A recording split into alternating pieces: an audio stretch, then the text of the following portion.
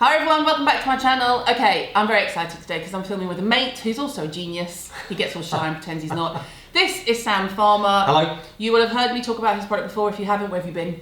I will link it below, obviously. Sam has an amazing story, but he's also a cosmetic scientist, even though he says, oh, I'm not really. I'm like, how can you not really be? Yes, you are, don't start. So we are going to talk about not just Sam and his brand and how that happened, but things that we're all very interested in, like medical claims and sustainability. And originally when we filmed this, and then we bugged up the film, but originally when we filmed it, you guys had asked a lot of questions, so most of what we're discussing has come from your questions.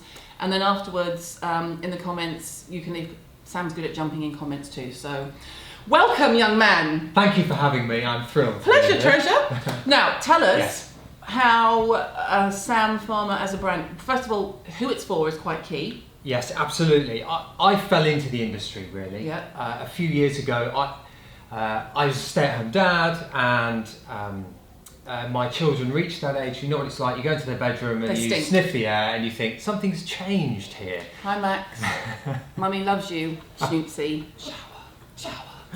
And adolescence comes upon them, and what they really want from us as an industry is a bit of help with that. Yeah.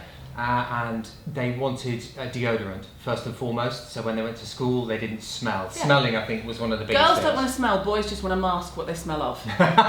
Yes, well, there is that. And the next trip I took into the shop, the first thing I noticed was that it's segregated by gender. Yep. Which is quite an interesting Because observation. armpits are so different. Well, exactly. I thought a deodorant was a deodorant or antiperspirant, whatever. And then I located the products aimed at my daughter. I'm only wincing because I did this myself only 2 weeks ago, and I've been buying Forever for a long time. But I know exactly what you're going to say. Please continue, sir. And they were all, bar none, called. Bearing in mind she was 11 at the time. 11. Yeah. 11. Tease. Minx. Be sinful. Kiss me. Don't kiss her. Don't be sinful. That's actually illegal. And I thought that what a bizarre And Playboy. message. Playboy. Oh, there is a Playboy one as well. Yeah. I like mine. Not to take off your flow. Were entice. Oh yes, entice. Yeah. Entice. Entice what? Good smelling armpits is the only thing you should be enticing when you're 11 years old. I mean, really? Yeah, really. But then you go to the boys' Yeah, did this aisle, too with Max. and it's force, power, control, adrenaline, adventure. Rush. I mean, Calm down, mate. He's a sloth. and then if you put them together, those Yeah. products, Yeah. you know, sexually submissive for the girls. Yeah. Sexually, It's Me Too on a shelf. yeah, I mean, really, sexually aggressive for the boys, and all they want is to not smell. I just don't want to smell. No, they don't. They don't. I don't want to entice. Just don't want to smell. Yeah, and the boys' products were slightly bigger and slightly cheaper, Yeah. and there's And all that colours, stuff, all the colours, all the Yeah. rainbow, the butterflies, Unicorns and yeah, pink and yeah. purple and yellow, and the boys are like, Max's deodorants came in 3 colours because we ran out of yours.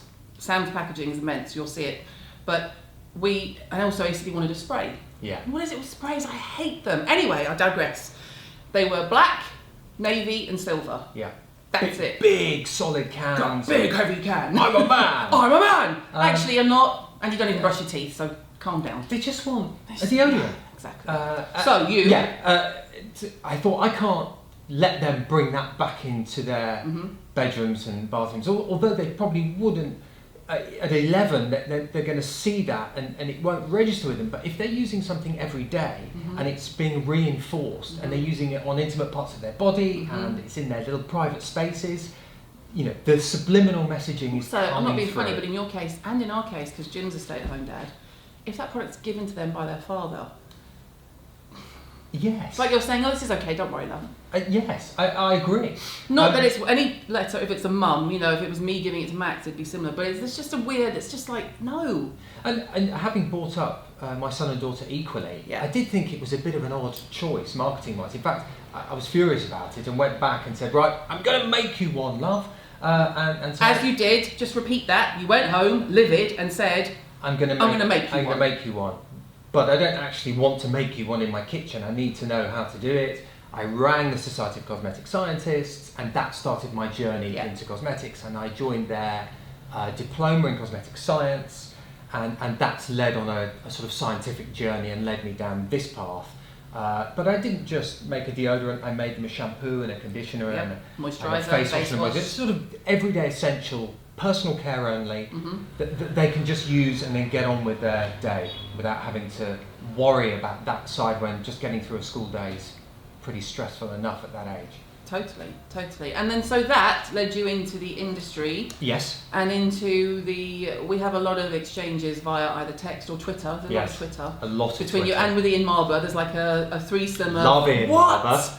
You know, whereas Ian pulls no punches because he's been doing it for so long. Absolutely. That the Telegraph did a piece on the celery juice craze, and it said, "Is celery the new something? The new something health like miracle. The new health miracle?" And he just replied and put, "No, thank you. Thank you for asking." And that was it. Like, no, thank you for asking. Well done, Ian. Move on. Yeah, brilliant. I mean, but it needs a bit of balance now in our industry. We're going down a route that I don't think is terribly helpful to the consumer, based on the messaging that we're giving them. So for me, it was sexual stereotyping. Yeah. And also I wanted to use the most efficacious ingredients. And then somebody said, well, what about this ingredient? What about natural? What about paraben? And then, of course, that I got really interested in that area of the industry, talking about the big drivers at the moment: natural, organic, and then sort of clean and minimally processed. And what is that? And how confusing is that for the consumer? Yeah. What I should say is that just because we like those words, they're like wholesome words, but what is natural, people think may be better for you, but plants and animals have spent tens of thousands of years developing their own defense mechanisms. Yeah. So, you know, we know that snakes have venom and there's poisons around, but with plants, I think it was poison hemlock killed Socrates. You've got mushroom. One mushroom is delicious with egg and bacon. The other one, the other one's going to kill you. Yeah. So it's just a nonsense to say that naturals are better than something synthetic. that has been tried and tested for years and years and Absolutely. years. And then what is a natural product? And I think there's an ISO that has tried to give advice. I think it's ISO 16128 or something, but that just sort of gives general advice. But that's been infiltrated by all the marketing, natural certification brands that have a personal agenda in what they want, and they're all trying to say what's natural, so then their certification is the one that you want, which they'll charge more for, so it's been commercialised. Totally. So naturals are no safer, they're no more sustainable. They're no more sustainable, say it again. I mean, if anything, really, they're worse. Well, you know, depending on what it is. And also we don't know what a natural is. There's no definition. Everyone's trying to clamber to get that definition. I just don't understand that. I hope it's a sort of freight train of marketing that's going to come to a head, because it feels like this wave has come from California, along with measles, thanks very much. But this wave has come over of natural is better, you know, green and organic and non-toxic. And I remember saying there was a brand that kept their products in the fridge. Now, I can understand it. I actually am working with a brand that you have to keep one of them in the fridge, but it's biome. It has bacteria, right? But all the fridge is going to do is it's going to slow the process down. Exactly. It's not going to stop it going mouldy. No. As you know, when you open the fridge, food goes mouldy. Exactly. It's just a slower but process. my big thing was, you know, don't, for a skincare brand to say it has to be kept, you're not instilling me with confidence that you've done sustainability testing, number one. Can you not see that it's just marketing spiel in that case? And I still have people saying, but it's natural. And I'm not marginalising the US, but a lot of it at the moment, I think the UK is very, sometimes at our best we're very sceptical, and at our worst we're very cynical. Yeah, but ricing's natural. Yeah, exactly. You know, it's a non-argument that, and it's the same with organic. You know, I suppose with natural you can say does it derive from nature, and is there a chemical process involved in extracting that to use in cosmetics? Yeah. Well, yes, all ingredients are a cosmetic grade. Yeah. So how many do you as a consumer think it has to go through before it's not natural anymore? Is it just the filtration? Yeah. Because we have to do that, otherwise it goes rancid. Yeah. Is it combining with other ingredients? How many do you say, okay, I'm going to do 3 and then it's not natural? 3 or processes 4, and then you're not natural. But everyone's quite happy to take vitamin C supplements, which are all synthetic, I would say. Yeah. So they want to ingest synthetic. But they want to put natural on their face. But they want to put on the best barrier that we have to pollutants and damage and infiltration. They won't want to put synthetic. There's no sense. Yeah. There's absolutely no sense to it. It doesn't make sense. I'm glad you touched on cosmetic grade. Yes. Okay, so can you just... I am doing, as these guys will know, I'm in the middle of a retinol series. Yes. And one of the brands said they wouldn't give me any information because it was a cosmeceutical and therefore had to be sold by a doctor. Right. What? So I replied and I said very nicely, because like I said, I don't want to put off brands ever giving me any information. Sure. So I went back and I said, I'm not a doctor. I'm qualified to do faces, but I'm not a doctor. I've never claimed I am. Equally, you're not selling a drug. Chill your tits. Cosmeceutical, medical grade, cosmetic grade. Some sense in there, please, for me? Okay, here we go. Cosmetics are regulated by the cosmetics regulation, and they define what a cosmetic is. And it's a sort of a product that comes into contact with the skin or the mucous membrane that can do certain things like protect, hydrate, or clean, or deodorize, things like that. In the UK, we have the MHRA, which is the Medicines and Healthcare Products Regulatory Agency, I think. But it's a government agency, and they define what a medicine is. There's no middle ground. Yeah. You are either a cosmetic or you are a medicine. A drug, a prescription. Yeah, in the beauty world, you're either, you can buy it in Boots, or you have to wait for a pharmacist in Boots.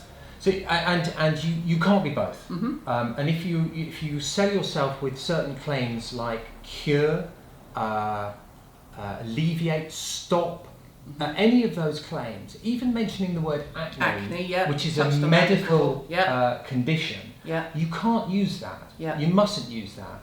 Unless you go through the regulatory bodies and they say that's fine. If you are registered medicine, absolutely fine. And there are products out there that you can buy. There is no cosmeceutical. There is no cosmeceutical. That doesn't exist. And the AHA, the Advertising Standards Authority, your best mate. ASA love me. Actually, I'll touch wood, I've been fine. They say don't use acne. Don't use the word cosmeceutical because it doesn't exist. There's no such thing. In America, it's slightly different. They have a third category, which is OTC, which we know is over the counter. But we don't have that here. So if a brand is using cosmeceutical, they can be reported to trading standards and they will be picked up and they will be reported. And there are consequences to claiming that your cosmetic product has a medicinal effect, or a physiological effect on the body. I worry, what the beef for me is that I love this industry. Me too. I love it, and it's familial for me. And Ava's going to come into the industry. The boys work with me. Obviously, they're the ones who sit and go, "What?" They totally so much harder to impress, But I love it. And where I take umbrage, as we would say in Tunbridge Wells, I take umbrage, apoplectic, is when people try and put a twist on a few things. People's psychological health, i.e., this will make you feel better.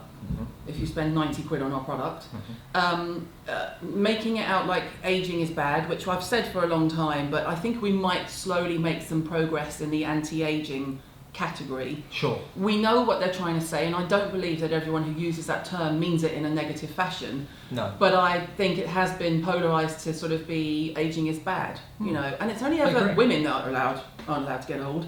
Men are distinguished. Absolutely. We look like we look a bit tired. Yeah, and that's all part of this natural, organic, clean, the clean movement. I've got something for you here. Okay.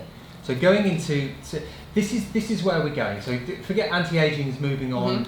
Instead of our industry concentrating on efficacy and what it will do for you and why we've included these ingredients, the clean industry, the clean beauty market is huge and growing and exponentially, sort of really heading up. So here's the latest thinking on clean beauty. The clean beauty trend can be defined as natural or organic products with a simple comprehensive and transparent ingredient list, although the definition may vary. So they're just completely negated. Simple, comprehensive. So, exactly. So you want to, if you're going to be transparent, how can we do a simple ingredient list and a comprehensive you can't do it. It doesn't make sense. No, in nowhere. And where's that from? Trade press.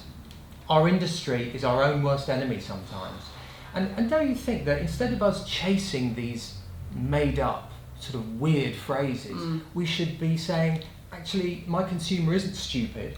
They're not stupid. That lot are not stupid. No, and if you're, especially if you're spending, 20, 30, 40, 50 quid on a product, assuming that that person is stupid is a very dangerous place to go. Oh. And if you're basing your claim and your the whole ethos and the marketing of your product on something that is quite blatantly nonsense and indefinable and just sort of whatever, Fugazi says in that film, doesn't it? Simple, comprehensive. Simple, comprehensive and transparent. If you're being transparent, you have to do a comprehensive list. Yeah. It can't be simple. So that whole definition completely contradicts itself. And I think it's time the industry took back control. Yeah. Stop trying to follow these trends. Say enough's enough.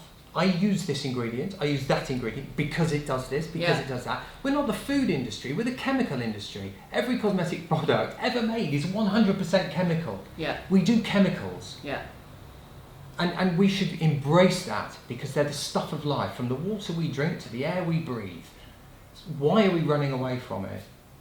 Well, I've got plenty of comments on that, but here's my other one. You'll appreciate this. Now, I remember being... Please, have a sip. Thank you. I remember being somewhere, where she'll remain nameless, and someone who writes about the industry was giving a talk, and there was a lot of scientists in the room, and they said, well, now that the market has decided that parabens are bad, we should listen to the consumer and move away from them. And every scientist in the room did that and just went, or we could educate them into why they're not bad.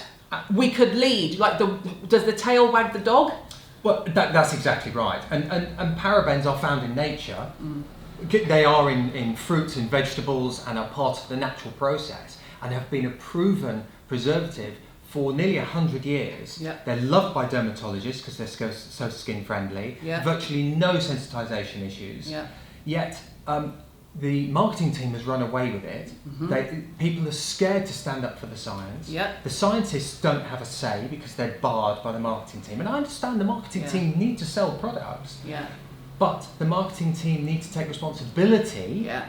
And if we then allow consumers to start dictating formulations, well, what? Where's the science go? Yeah, and also that's just the nonsense. Follow that to its logical conclusion. I go to the doctor and I say, actually, I'm not going to take that medicine to make me feel better. I'm going to drink some celery juice. Yeah. Because it's whatever. I've got strep throat, it'll be fine. What could possibly go wrong? I've read it on Google. Yeah, exactly. Or I even take it out into the real world, go to a lawyer and say, actually, I'm not going to take your advice. I'm going to stand up in court myself because I think what I think is true. I've watched a few Matthew McConaughey films. I know what they say in court. Yeah, well, actually, that would probably work for me. Yeah, you would get away with it. But what's wrong with saying I use this, I use that, I use it because of this, and we can't. The consumer is looking to us for education. Respect them. They're clever people. Yeah. Give them the information. They're sentient beings. Let them make the money. God, they're paying enough. Yeah. And also, I think it's key. What you just said is key in that the brands I see doing really, really well on social and being transparent, things like that, are people like you who have a conversation, and you'll be totally unfazed and I use a paraben because of X, Y, Z, because you use parabens. Yeah, short chain 100%. paraben esters. Yeah. 100%. Always will, always have done. Yeah. And because they are the safest, and I'm formulating for my kids. Exactly. So, and my kids. And in the start, but for young people, and as a dad and a parent, I'm not going to put something in that isn't proven and safe. Look at the evidence. Look at why are we running away from scientific evidence?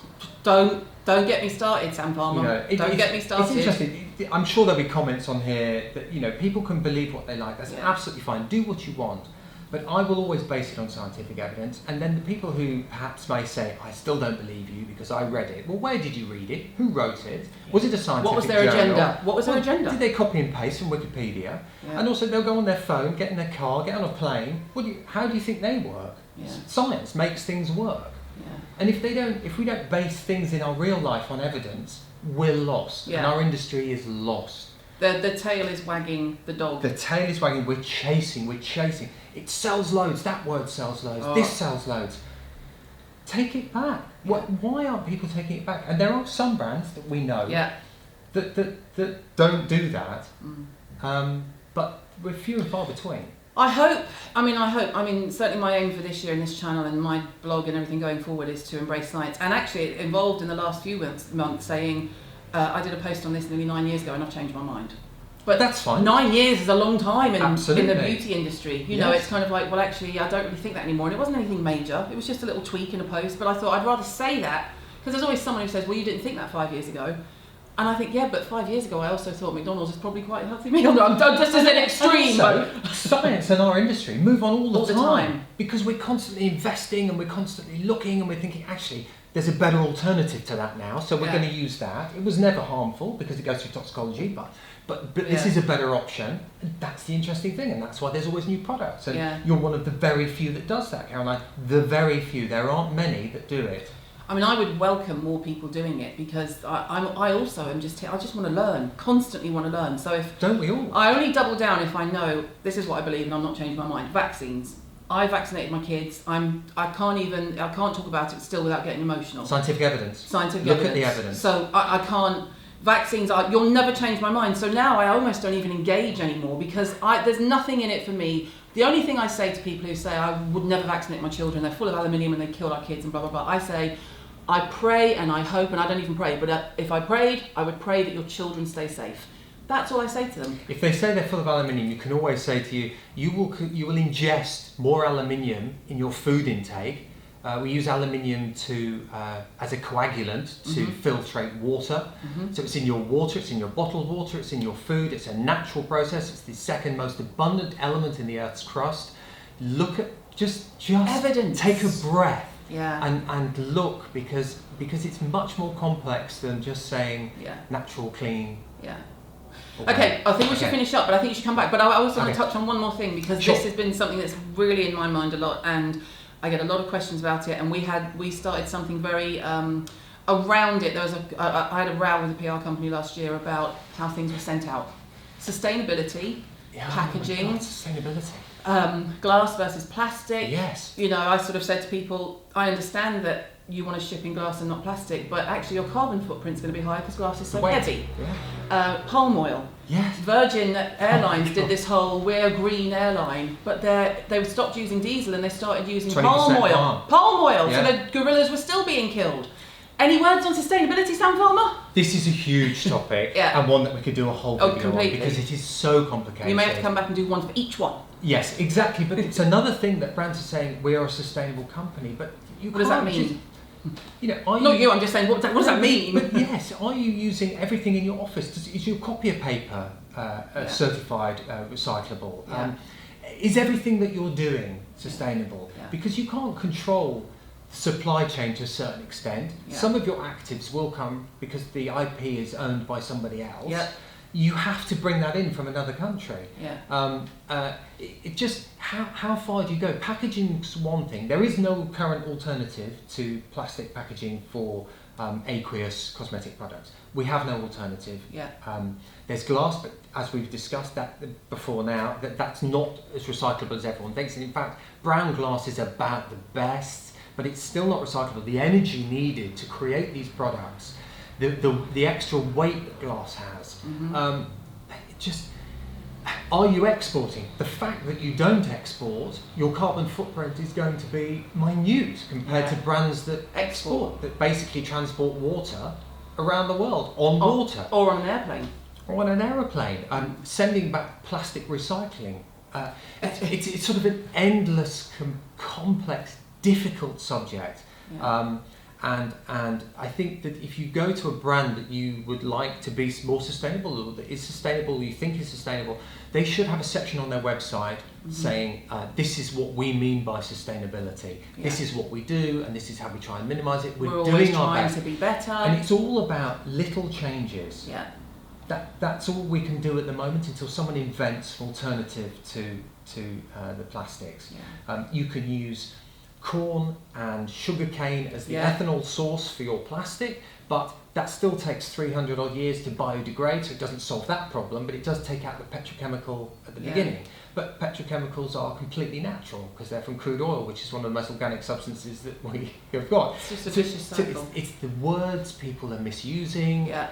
Like toxin and toxic and all that sort of stuff. I'm not doing that. No, we can't do that, Sam. That's a whole other conversation. But it's so interesting, and I wish we would have more conversations about it because it's not one or the other. It's a really interesting, difficult, challenging conversation, and that's why we love the industry, presumably. Yeah, no, I love the industry, and what I really love is when I'm in a meeting, and I did did a trip a couple of years ago, and it was to a lab, and it was to talk to this brand about what was coming up, and they had, at the end of it was a 2-day thing, and we went all through the lab, and they discussed how they were making it and everything, and at the end of it they had a round table, and it was me and a few other journalists from the UK, and then there was marketing, and then the scientists and the doctors, and they were allowed in the room, were they? Oh yeah, that's a change. They were allowed in the room. And when the picture came up, this was an anti-aging product, and when the picture came up, they were all just the marketing team looked very chuffed with themselves. I know, isn't she beautiful? And I said, I hate to, it's always me. Of course it is. And that's afterwards, why we love you. To be fair though, afterwards all the journalists went, I'm so glad you said that. But I think they feel like they're tied to a paper and they can't. And I just said, can I just ask, if this product is aimed at my demographic, yes, that's why I'm here, I assume. My demographic is not 15. Mm-hmm. I could have given birth to this child. Why are you selling an anti-aging traditional product on the face of someone who looks like younger than my daughter? I promise you, when she takes her bra off, her tits stay where they were. But this is the point. They changed the picture. I bet they did, because I think the industry will go full circle, and we will start to ask brands, okay, you've got a product, and I understand what's in it and everything, but what else? What do you stand for? Where are you on sustainability? What is in your product? Yeah, what Don't is in tell your me product? what's not in it. What is in it? Yeah, that free from thing. We could talk about that forever. Free from gluten. That's probably all you really want to know. Free from bin bags? What? I mean, no nasties. What? No goblins? I mean, it's just a nonsense. But I think we're going to go, and a brand has to stand for something other than we make a shampoo. But what's the message? Yeah. What else are you doing? I like to say, if you stand for nothing, you'll fall for anything. And I think we've come that way in the industry. Whereas I also want to say thank you, because this morning I got up and your face wash was on the side in the bathroom, which means Max washed his face.